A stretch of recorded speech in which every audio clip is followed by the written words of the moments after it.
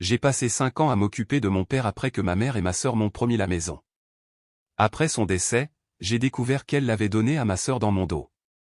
Leurs visages ont pâli quand mon avocat leur a remis la facture de mes services. Vous connaissez ce moment où vous réalisez que vous avez été manipulé pendant 5 ans d'affilée, où les gens en qui vous aviez le plus confiance vous regardent droit dans les yeux et détruisent tout ce pourquoi vous vous êtes sacrifié? Oui, c'était mon mardi à moi, je m'appelle Camille et je vais vous raconter comment ma propre famille a essayé de me rouler dans la farine à tel point que le karma a dû intervenir et leur donner une leçon qu'ils n'oublieront jamais. Ça a commencé il y a 5 ans quand papa, Antoine, a reçu son diagnostic. Un cancer du pancréas, les médecins lui donnaient 18 mois, peut-être 2 ans s'il avait de la chance. Maman m'a appelé la première, sa voix tremblait au téléphone. Camille, chérie, nous devons parler de ton père. J'habitais à Lyon à l'époque, j'avais un bon travail en marketing, un petit appartement qui me plaisait vraiment et je sortais enfin avec quelqu'un, Julien, qui ne me donnait pas envie de lancer des objets, vous savez, une vie normale pour une femme d'une trentaine d'années. Qu'est-ce qui ne va pas, ai-je demandé, bien que je sache déjà, d'après son ton, que mon monde était sur le point de basculer. Il est malade, vraiment malade, a dit sa voix brisée, les médecins disent que quelqu'un doit être avec lui à plein temps. Cette personne, bien sûr, c'était moi, pas Chloé, ma sœur cadette, qui habitait à 20 minutes de là avec son mari Charles et leurs 2 enfants, pas maman, qui a soudainement développé un cas opportun de « je ne peux pas le voir comme ça », non, c'était moi, la fille aînée, celle de qui on avait toujours attendu qu'elle arrange tout. Je ne peux pas tout laisser tomber, maman, j'ai un travail, des responsabilités. Camille, sa voix est devenue froide, ce ton dont je me souvenais de mon enfance quand elle avait pris sa décision. C'est de ton père que nous parlons, la famille passe avant tout. Le chantage affectif a fonctionné, comme toujours. En moins de 2 semaines, j'avais démissionné, rompu avec Julien, qui, soyons honnêtes, était probablement soulagé, et j'avais emménagé de nouveau dans ma chambre d'enfant pour devenir l'aide-soignante à plein temps de papa. Ne t'inquiète pas, chérie, a dit maman en m'aidant à défaire mes valises, nous savons ce que tu sacrifies pour nous, la maison sera à toi le moment venu, c'est juste. Chloé a hoché la tête avec enthousiasme depuis l'encadrement de la porte, berçant sa plus jeune sur la hanche. Absolument, tu fais tellement pour papa, nous ne pourrions jamais te rembourser, mais au moins tu auras la maison, notre maison familiale, une belle maison coloniale de 3 chambres valant environ 400 000 €. Il ne s'agissait pas seulement de l'argent, bien que, Dieu sait que j'en aurais besoin après avoir épuisé mes économies, il s'agissait d'avoir quelque chose à montrer pour les années que j'étais sur le point de perdre. Vous promettez, ai-je demandé, détestant à quel point je semblais désespéré. Bien sûr, a dit maman en me serrant la main, c'est déjà décidé. Ces premiers mois ont été un enfer. Papa était encore mobile à l'époque, mais les traitements le laissaient faible et nauséeux. Je le conduisais à ses rendez-vous, gérais ses médicaments, nettoyais. Quand il ne pouvait pas arriver à la salle de bain à temps, je les regardais rétrécir, de l'homme fort qui m'avait appris à faire du vélo à quelqu'un qui avait besoin d'aide pour boutonner ses chemises. Chloé rendait visite peut-être une fois par semaine, généralement avec les enfants. Elle restait 1 heure, prenait quelques photos pour les réseaux sociaux sur le temps précieux passé avec grand-père, puis me laissait gérer les conséquences quand papa était trop fatigué pour même s'asseoir. J'aimerais pouvoir faire plus, disait-elle, ajustant son sac de créateur, mais avec les enfants et l'horaire de travail de Charles. Maman était encore pire, elle se présentait les bons jours, quand papa se sentait assez bien pour s'asseoir sur le porche ou regarder la télévision. Dès que les choses devenaient compliquées, littéralement ou figurativement, elle se souvenait soudainement d'un rendez-vous ou d'un engagement. Tu es tellement meilleur que moi pour ça, me disait-elle.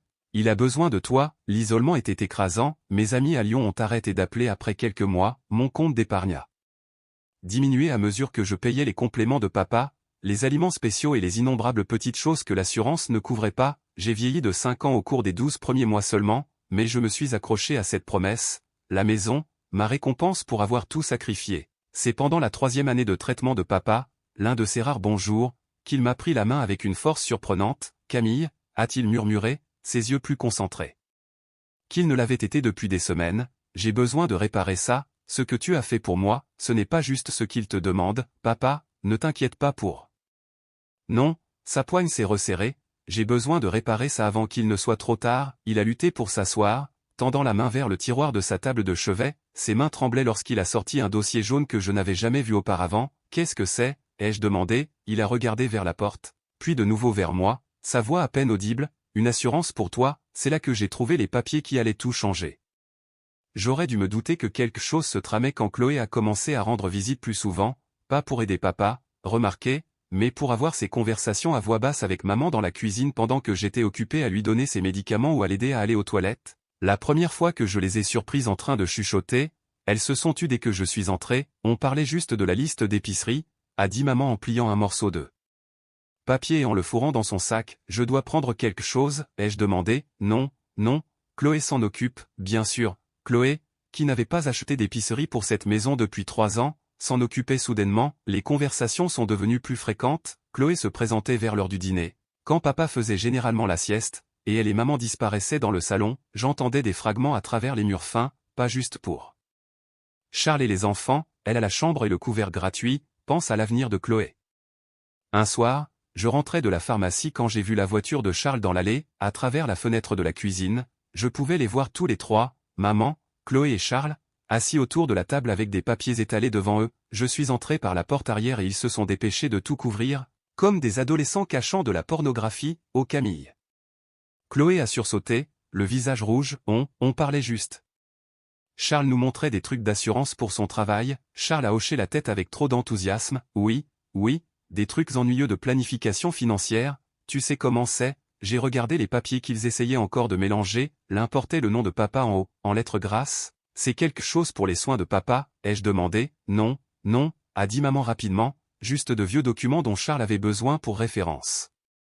Les mensonges devenaient plus élaborés et plus évidents. Quelques jours plus tard, Chloé m'a coincé pendant que je faisais la lessive au sous-sol. Camille, nous devons parler de l'avenir. De quoi? Elle s'est perchée sur le bord de la machine à laver, grattant ses ongles manucurés. Je veux dire, après papa, tu sais, quels sont tes projets? Je n'y ai pas vraiment pensé. Ai-je menti? Bien sûr que j'y avais pensé. J'allais avoir la maison et j'allais enfin pouvoir reconstruire ma vie. C'est juste que Charles et moi avons parlé, et avec les enfants qui grandissent, nous allons avoir besoin de plus d'espace. Notre appartement est vraiment à l'étroit, c'est difficile, ai-je dit, sans lever les yeux de mes chemises de papa. Le truc, c'est que cette maison serait parfaite pour nous, 4 chambres, ce grand jardin pour les enfants. J'ai arrêté de plier. Chloé, maman m'a déjà promis la maison, nous en avons parlé quand je suis revenu. Je sais, mais c'était avant que nous y pensions vraiment bien. Veut dire, tu es célibataire, sans enfant, tu n'as pas besoin de tout cet espace, et Charles envisage d'obtenir une promotion, mais nous aurions besoin de montrer une stabilité.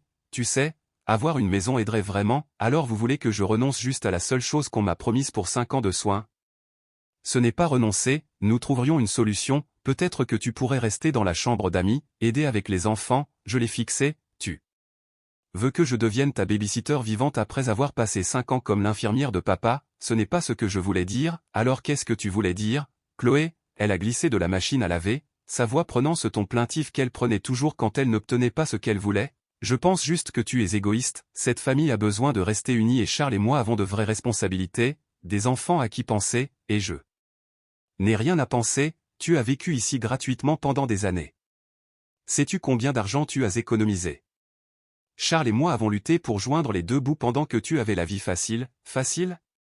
5 ans à regarder mon père mourir lentement, c'était facile. Sors, ai-je dit calmement. Camille sors du sous-sol maintenant. Elle a soufflé et a remonté les escaliers en tapant des pieds, mais pas avant que je ne l'entende murmurer. Maman a raison, tu es devenu vraiment égoïste depuis que tu es revenu. Cette nuit-là, j'ai aidé papa avec ses médicaments du soir quand il m'a attrapé le poignet. Ils sont venus me voir aujourd'hui, a-t-il murmuré. Qui? Ta mère et Chloé, elles avaient des papiers. Mon sang s'est glacé. Quel genre de papier? Elles voulaient que je signe la maison à Chloé. Elles ont dit que ce serait mieux pour la famille. Ses yeux étaient plus clairs qu'ils ne l'avaient été depuis des semaines. Elles ont dit que tu étais d'accord. Je n'ai jamais été d'accord avec rien de tel. Je sais. Il m'a serré la main. C'est pourquoi je n'ai pas signé, mais elles reviendront, papa. Les papiers que je t'ai montrés hier, dans ma table de chevet, c'est ta protection. Camille, ne leur dis pas encore. 2 jours plus tard, je revenais du rendez-vous du médecin de papa quand j'ai vu la voiture de Chloé dans l'allée à nouveau. Je me suis garé et je suis resté un moment, essayant de décider si j'allais entrer par la porte d'entrée ou me faufiler par derrière. La décision a été prise pour moi quand Chloé est sortie en trombe par la porte d'entrée, descendant les marches en sautillant presque. Elle était au téléphone et sa voix portait à travers la cour. Charles, c'est fait. Papa a tout signé ce matin.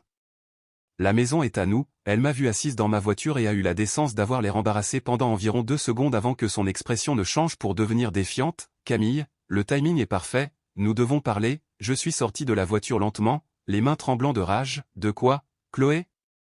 De tes prochaines étapes, maintenant que les formalités sont réglées, j'ai poussé Chloé et j'ai pris d'assaut la maison. Maman était assise à la table de la cuisine avec une tasse de thé, l'air beaucoup trop satisfaite d'elle-même. Camille, chérie, assieds-toi, nous devons discuter. Où est-il? Ai-je demandé. Ton père se repose. La matinée a été très fatigante pour lui. Je me suis dirigé directement vers la chambre de papa. Il était allongé dans son lit, fixant le plafond, l'air plus vaincu que je ne l'avais jamais vu. Papa, il a tourné lentement la tête. Je suis désolé, Camille, je suis tellement désolé. Qu'est-ce qui s'est passé? Elle ne voulait pas partir. Ta mère n'arrêtait pas de dire que c'était pour le mieux, que Chloé en avait plus besoin. Elles avaient Charles aussi. Il parlait de l'avenir des petits-enfants. Sa voix était à peine un murmure. J'étais si fatigué. Elle n'arrêtait pas de pousser et de pousser. Je me suis assise sur le bord de son lit. Tu as signé les papiers. Il a hoché la tête, des larmes commençant à se former dans ses yeux. Mais Camille, souviens-toi de ce que je t'ai dit, le dossier dans ma table de chevet. C'est toujours là, papa. Qu'est-ce qu'il y a dans ce dossier? Il a lutté pour s'asseoir et je l'ai aidé. Un contrat, entre toi et moi, pour tes services de soins. Quel genre de contrat? J'ai demandé à mon avocat de le rédiger il y a 6 mois. Chaque heure où tu as travaillé, chaque dépense que tu as couverte, chaque sacrifice que tu as fait, tout est documenté. Tu n'es pas juste ma fille qui aide, tu es mon employé, mon aide-soignante, et je te dois. Je l'ai regardé fixement. Combien? Tarif du marché pour des soins à temps plein, plus les dépenses, environ 300 000 €. Ma bouche est tombée. Papa. C'est presque toute la valeur de la succession. Je sais. Il m'a serré la main. Elles peuvent avoir la maison, Camille, mais elles devront te payer d'abord, et il ne restera pas assez pour couvrir les deux. Pourquoi tu ne m'as pas dit ça avant? Parce que j'espérais qu'elle ferait ce qui est juste. Je pensais que peut-être ta mère reviendrait à la raison. Il a toussé, l'effort l'épuisant, mais quand elles sont venues ici aujourd'hui avec ces papiers, exigeant que je signe, j'ai su qu'elles n'avaient jamais eu l'intention de tenir leur promesse envers toi. La porte de la chambre s'est ouverte et maman est entrée, Chloé juste derrière elle. Antoine, tu as besoin de te reposer, a dit maman. Camille, nous devons parler. Nous parlons, ai-je dit, sans bouger du chevet de papa, dans la cuisine. Maintenant, papa m'a serré la main. Souviens-toi de ce que je t'ai dit. Je les ai suivis jusqu'à la cuisine où Charles était maintenant assis à table, l'air mal à l'aise. Camille, a commencé maman, je sais que c'est beaucoup à assimiler, mais nous avons pris la décision qui est la meilleure pour tout le monde. La meilleure pour tout le monde ou la meilleure pour Chloé? La maison restera dans la famille, a dit Chloé. Charles et moi allons bien en prendre soin, et tu es la bienvenue pour visiter quand tu veux. Visiter? Ça a été ma maison pendant 5 ans, tu as toujours su que c'était temporaire, a dit maman. Tu es revenu pour aider ton père, et tu l'as fait magnifiquement, mais maintenant il est temps de penser à l'avenir. Qu'en est-il de mon avenir? Qu'en est-il de la promesse que vous m'avez faite? Chloé a levé les yeux au ciel. Tu agis comme si on te mettait à la rue. Tu as vécu ici gratuitement pendant des années. Tu devrais avoir assez économisé pour trouver ton propre endroit. Économiser. J'ai dépensé chaque centime que j'avais pour les soins de papa. C'était ton choix, a dit maman froidement. Charles a finalement pris la parole. Peut-être qu'on pourrait t'aider avec une caution ou quelque chose pour un appartement. Je les ai regardés tous les trois assis là, comme s'ils me faisaient une faveur, comme si 5 ans de ma vie ne signifiaient rien. Vous savez quoi? Vous avez raison, j'aurais dû penser à mon avenir, ai-je dit en me levant. Bien, a dit maman, je suis contente que tu sois raisonnable à ce sujet. Oh, je suis très raisonnable. En fait, je pense qu'il est temps que je passe quelques appels. Quel genre d'appel? A demandé Chloé. Et well, d'abord, je dois appeler l'avocat de papa. Il y a des documents qui doivent être déposés. La couleur a quitté le visage de maman. Quels documents? Et ensuite, je dois appeler un avocat en succession, quelqu'un qui se spécialise dans les contrats d'aide à domicile. Camille, de quoi tu parles? La voix de Chloé devenait plus aiguë. Je me suis dirigé vers le comptoir de la cuisine et j'ai pris mon téléphone. Saviez-vous que lorsque quelqu'un fournit des soins à temps plein à un membre de sa famille, il peut être légalement rémunéré pour ses services? Surtout lorsqu'il existe un accord écrit. Il n'y a pas d'accord, a dit maman rapidement. En fait, si, papa et moi l'avons signé il y a 6 mois, chaque heure où j'ai travaillé, chaque dépense que j'ai couverte, chaque sacrifice que j'ai fait, tout est documenté et juridiquement contraignant. Charles s'est penché en avant. De combien on parle? Environ 300 000 €. Le silence dans la cuisine était assourdissant. C'est impossible, a murmuré Chloé. Ah bon? Voyons. 5 ans de soins à temps plein au tarif du marché, 40 € de l'heure, 24 heures sur 24, 7 jours sur 7, pendant 5 ans, ça fait environ 730 000 €. Le visage de Charles est devenu blanc. 700 000?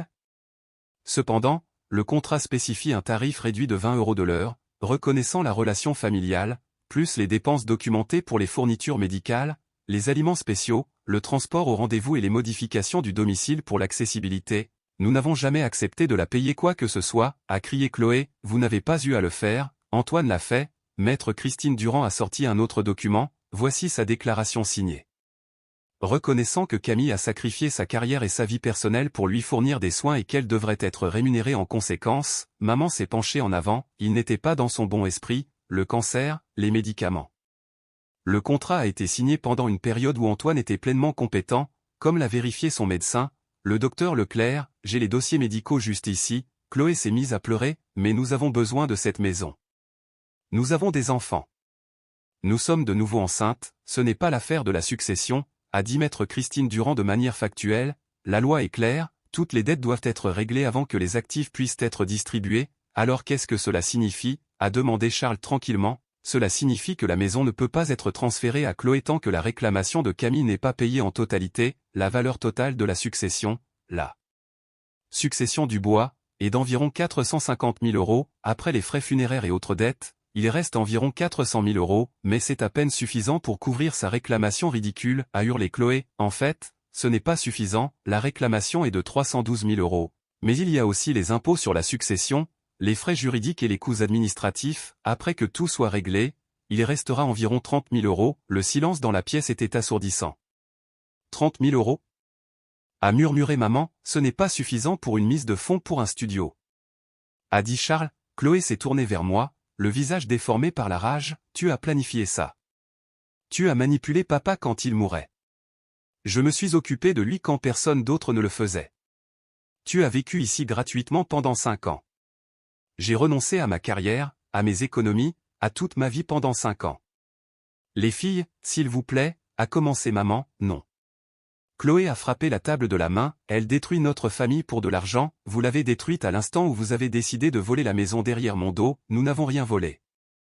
Papa nous l'a cédé après que tu l'aies fait pression pendant des mois pendant que j'étais trop occupé à le maintenir en vie pour m'en apercevoir, maître Christine Durand s'est éclairci la gorge, si je peux me permettre, il y a quelques options ici, la succession pourrait contracter un prêt hypothécaire sur la maison pour payer la réclamation, bien que, compte tenu du montant, il soit peu probable qu'il soit approuvé, ou quoi, a demandé maman, la maison pourrait être vendue, le produit de la vente paierait d'abord la réclamation de Camille, puis les fonds restants iraient à Chloé, comme spécifié dans le testament, vendu, la voix de Chloé s'est brisée, mais nous avons déjà emménagé.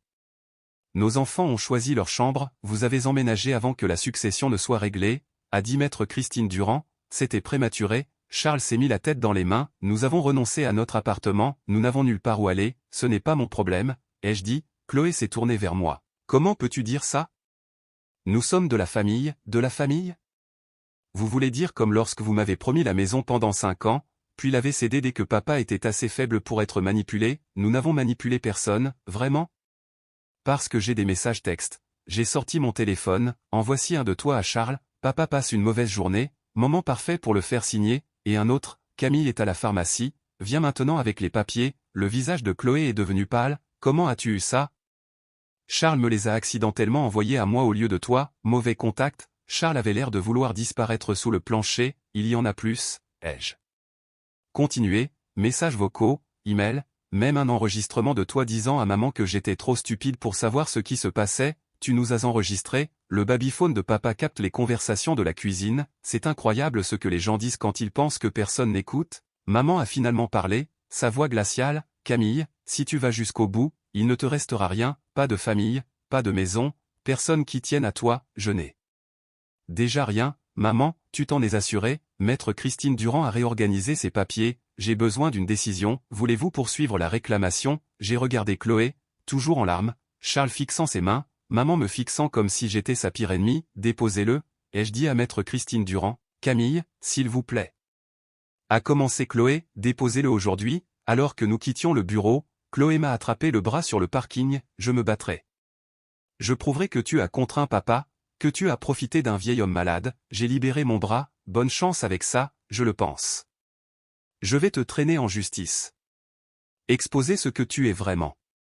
Une personne avide et égoïste, ce que je suis vraiment, ai-je dit tranquillement, c'est quelqu'un qui a tenu parole, contrairement à toi, je suis monté dans ma voiture et je suis parti, les laissant debout sur le parking, leur plan parfait s'effondrant autour d'eux, en une semaine. Chloé et Charles étaient de retour dans leur ancien appartement, je le sais parce que Charles m'a appelé, suppliant presque, Camille, s'il te plaît, nous avons dû rompre notre bail pour emménager dans la maison, maintenant nous payons un double loyer jusqu'à ce que nous trouvions autre chose, ça a l'air difficile, les enfants sont confus, ils ne comprennent pas pourquoi ils ne peuvent plus vivre dans la maison de grand-père, peut-être auriez-vous dû y penser avant de leur mentir, nous n'avons jamais menti, Charles.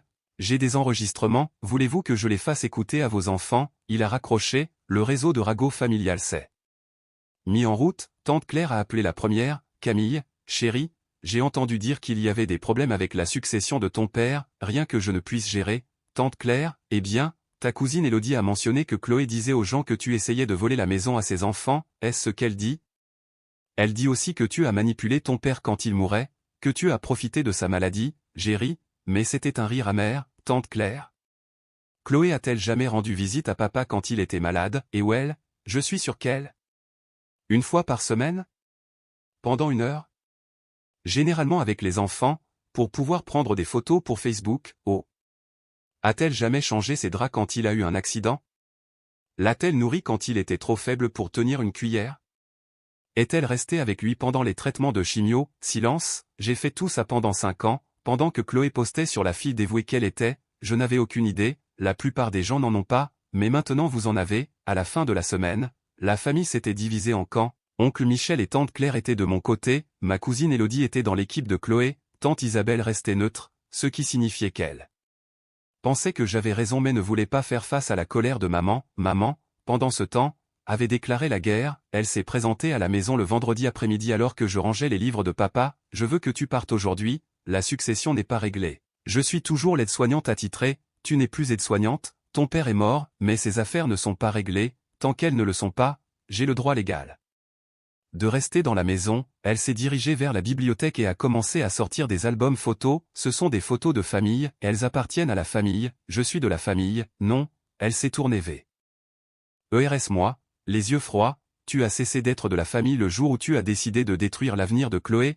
je n'ai rien détruit, j'ai juste refusé de vous laisser détruire le mien, Chloé a des enfants à qui penser, un bébé en route, tu n'as rien. Je n'ai rien parce que j'ai tout donné pour prendre soin de papa, c'était ton choix, c'était votre manipulation, elle a claqué un album photo sur la table, tu veux connaître la vérité, Camille? Ton père se sentait coupable pour toi, il savait que tu avais gâché ta vie à prendre soin de lui au lieu de te marier et d'avoir des enfants comme une femme normale, les mots m'ont frappé comme une gifle, il n'a jamais dit ça, il l'a fait, à moi, plusieurs fois. Il s'inquiétait que tu ne deviennes une vieille fille amère sans rien à montrer de ta vie, tu mens, vraiment? Pourquoi crois-tu qu'il était si désireux de céder la maison à Chloé? Il voulait s'assurer que son héritage aille à quelqu'un qui avait effectivement fait quelque chose de sa vie, il t'a eu, Camille, nous tous, c'est alors que mon téléphone a sonné, c'était Sophie, ma meilleure amie du lycée, Sophie, je ne peux pas parler maintenant, Camille, qu'est-ce qui se passe? Je viens de recevoir un appel d'une femme prétendant être ta sœur me posant des questions sur ta santé mentale, j'ai regardé maman, qui faisait semblant d'organiser des photos, qu'est-ce qu'elle a dit? Elle voulait savoir si tu avais déjà été hospitalisé pour dépression. Si tu avais déjà parlé de te faire du mal ou d'en faire aux autres, elle a dit que la famille s'inquiétait pour toi. Et qu'est-ce que tu lui as dit? Je lui ai dit d'aller au diable et j'ai raccroché, mais Camille, de quoi s'agit-il? Je te rappellerai, j'ai raccroché et je me suis tourné vers maman, Chloé appelle mes amis maintenant, nous sommes préoccupés par ton état mental, cette obsession de l'argent, ces illusions d'être redevable de quelque chose, sors, Camille. Sors de cette maison tout de suite, tu ne peux pas me mettre dehors. Je suis ta mère, tu es une étrangère qui partage mon ADN, sors, elle a ramassé les albums photos et s'est dirigée vers la porte, puis s'est retournée, tu sais quels ont été les derniers mots de ton père pour moi. Prends soin de Chloé, c'est elle qui a besoin d'aide, après qu'elle soit partie, je me suis assise dans la chambre vide de papa et j'ai rappelé Sophie, Sophie, j'ai besoin de te dire quelque chose, j'écoute, je lui ai tout raconté, les 5 années de soins, les promesses non tenues, le contrat secret, la bataille juridique, quand j'ai eu fini, elle est restée silencieuse pendant un long moment, Jésus, Camille, ta famille est dingue, ils disent que c'est moi qui suis folle, tu n'es pas folle, tu te défends enfin, mais si maman a raison. Si papa avait vraiment eu pitié de moi, alors il était idiot. Tu as tout sacrifié pour lui, ce n'est pas pitoyable, c'est héroïque, ça ne semble pas héroïque, ça donne l'impression de tout détruire de bon, certaines choses ont besoin d'être détruites, le lendemain matin, Chloé s'est présentée avec un huissier, elle me poursuivait pour abus envers personnes âgées et fraude, tu veux jouer les durs, a-t-elle dit alors que l'huissier me remettait les papiers, alors jouons, j'ai regardé le procès, puis son visage suffisant, Chloé. Tu n'as aucune idée de ce que tu viens de déclencher, on verra bien. » Alors qu'elle s'éloignait, j'ai appelé maître Christine Durand, elle me poursuit pour abus envers personnes âgées. Laisse-les, j'ai 5 ans de dossiers médicaux prouvant les excellents soins que tu as fournis, plus ces enregistrements que tu as mentionnés. Quel est notre prochain mouvement? Nous contre-attaquons pour diffamation, préjudice moral intentionnel et ingérence dans un contrat. Combien?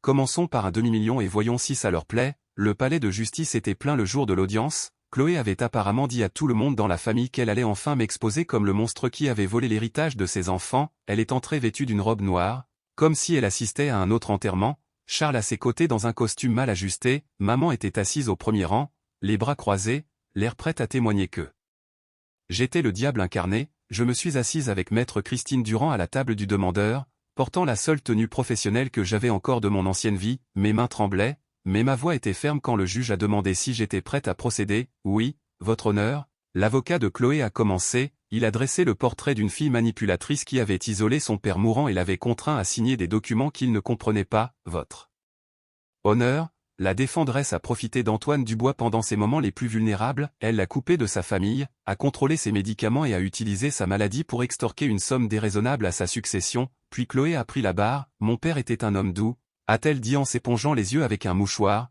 Quand il est tombé malade, Camille l'a convaincu que ma mère et moi ne nous soucions pas de lui, elle l'a monté contre nous. Pouvez-vous donner un exemple à la cour, a demandé son avocat. Elle ne nous laissait pas le voir sans sa permission, elle surveillait ses appels téléphoniques. Quand nous avons essayé d'aider à ses soins, elle a dit que nous faisions tout de travers. Et qu'en est-il du contrat en question? Papa était fortement médicamenté, il était confus, effrayé. Camille lui a dit que s'il ne signait pas le contrat, elle l'abandonnerait. J'ai observé les visages du jury, quelques-uns semblaient sympathiques aux larmes de Chloé, puis ce fut au tour de maître Christine Durand. « Madame Santiago, à quelle fréquence avez-vous rendu visite à votre père pendant sa maladie? » « Aussi souvent que possible. » Définissez aussi souvent que possible. Chloé s'est agitée sur son siège. « Et well, j'ai 2 jeunes enfants et un autre en route. C'était difficile. » « À quelle fréquence?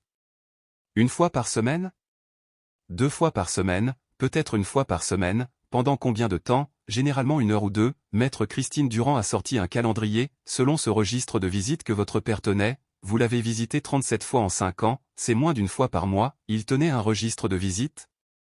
Il l'a fait. Aimeriez-vous voir les entrées où il a écrit « Chloé est venue pour des photos à nouveau » ou « Chloé est partie quand je suis tombé malade ?» L'avocat de Chloé a objecté, mais le mal était fait. « Madame Santiago, avez-vous déjà changé les draps de votre père? Ce n'est pas. Avez-vous déjà aidé à le laver quand il était trop faible pour le faire lui-même? Camille ne me l'a jamais demandé. L'avez-vous déjà conduit au traitement de chimiothérapie?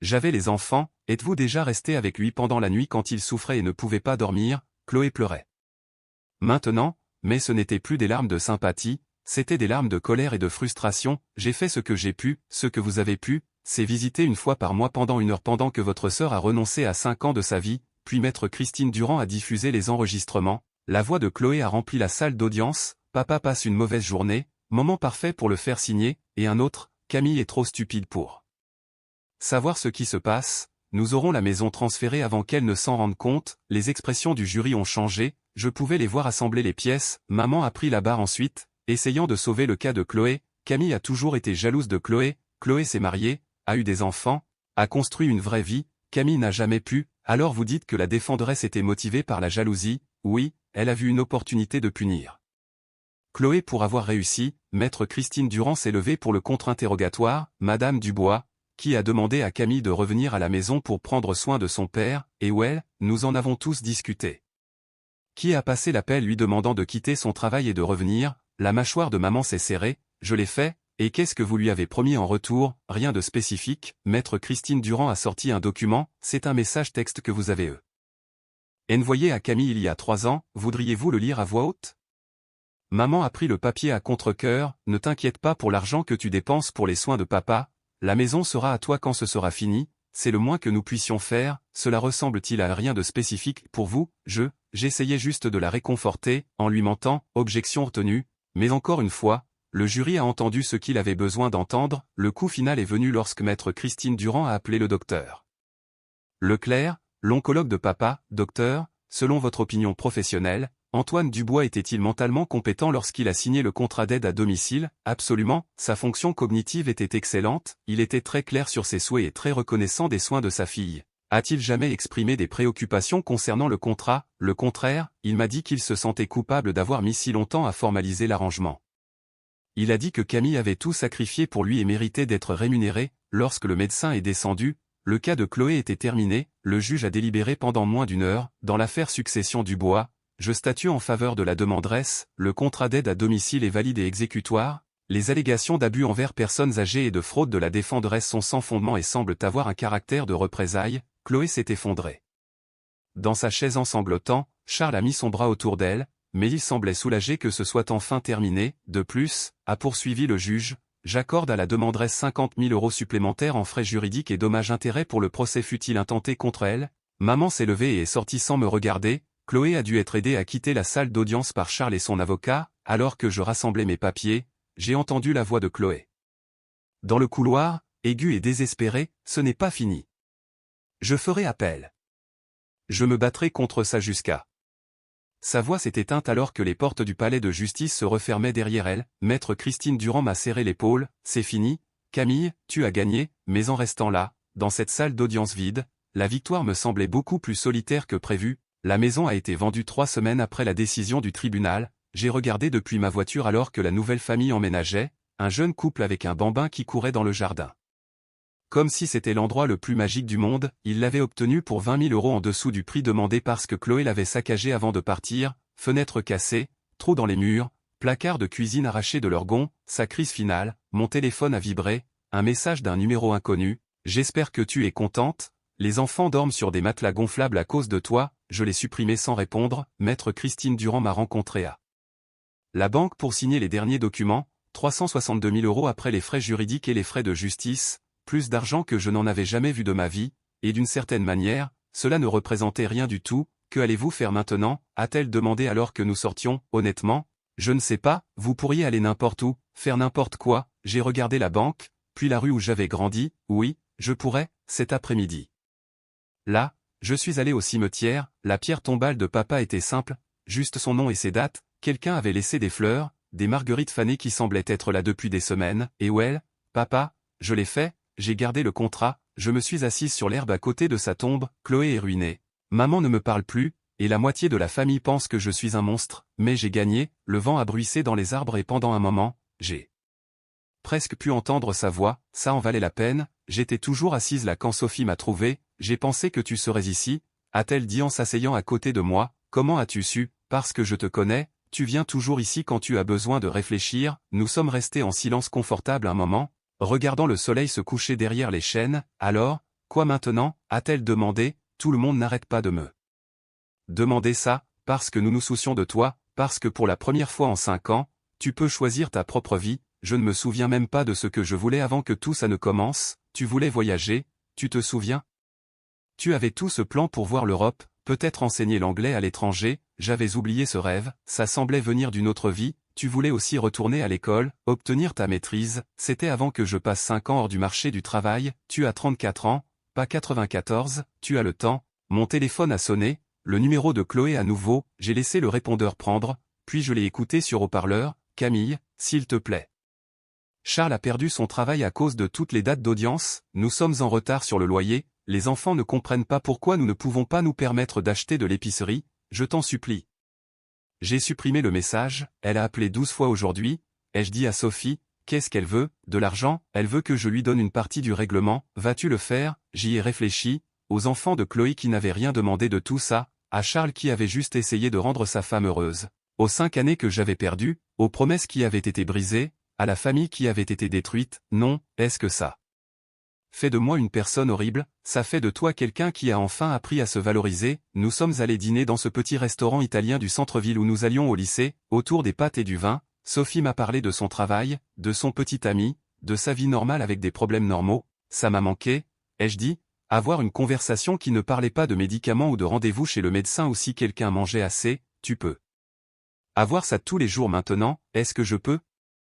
J'ai l'impression d'avoir oublié comment être une personne normale. Tu t'en souviendras, c'est comme faire du vélo, sauf que le vélo, c'est ta propre vie. En rentrant, nous sommes passés devant l'immeuble de Chloé, je pouvais voir sa voiture sur le parking, le pare-chocs arrière tenu avec du ruban adhésif. Tu veux que je continue à rouler? A demandé Sophie. Non, arrête ici, Camille, juste une minute, je suis sorti et j'ai marché jusqu'à la porte de Chloé. J'entendais les enfants à l'intérieur rire de quelque chose à la télévision, des bruits d'enfants normaux, des bruits joyeux, je suis resté là un long moment, la main levée pour frapper, puis je me suis retourné et je suis retourné à la voiture. C'était quoi ça? A demandé Sophie. J'avais besoin de voir si je me sentais coupable. Et tu le es? Non, je me sens triste, mais pas coupable. Le lendemain matin, j'ai appelé une agence immobilière pour des appartements à Lyon. Puis j'ai appelé l'université pour leur programme de maîtrise, puis j'ai réservé un vol pour Londres, juste parce que je pouvais. En faisant mes valises, j'ai trouvé la photo que papa avait gardée sur sa table de chevet, nous 4 à Noël quand j'avais 12 ans et Chloé 9, nous avions l'air heureux alors, comme une vraie famille. J'ai étudié le visage de maman sur la photo, la façon dont elle regardait papa avec un amour sincère, il manquait des dents de devant à Chloé, elle souriait à l'appareil, papa avait ses bras autour de nous tous, protecteur et fier, j'ai failli la jeter, puis je l'ai glissée dans ma valise à la place. Certaines choses valent la peine d'être gardées, même quand elles font mal. Mon téléphone a sonné une dernière fois alors que je chargeais ma voiture, le numéro de maman, j'ai répondu, Camille, sa voix était différente, plus petite, maman, j'avais besoin de te dire quelque chose, j'ai attendu, ton père t'aimait, quoi qu'il soit arrivé, quoi que j'ai dit, il t'aimait beaucoup, je sais, vraiment. Parce que j'ai dit des choses terribles, tu l'as fait, mais je sais que papa m'aimait, c'est pourquoi il s'est assuré que j'allais bien. Elle est restée silencieuse un long moment, je suis désolé. Pour tout, je sais que tu le es, pourras-tu jamais nous pardonner? J'ai regardé la maison une dernière fois, les fenêtres où j'avais passé 5 ans à regarder papa s'affaiblir, la porte où Chloé avait célébré le vol de mon avenir, peut-être un jour, mais pas aujourd'hui. J'ai raccroché et je suis parti, vers ce qui allait arriver ensuite. Dans mon rétroviseur, la maison est devenue de plus en plus petite jusqu'à disparaître complètement, et pour la première fois en 5 ans, ça m'a paru exactement ce qu'il fallait.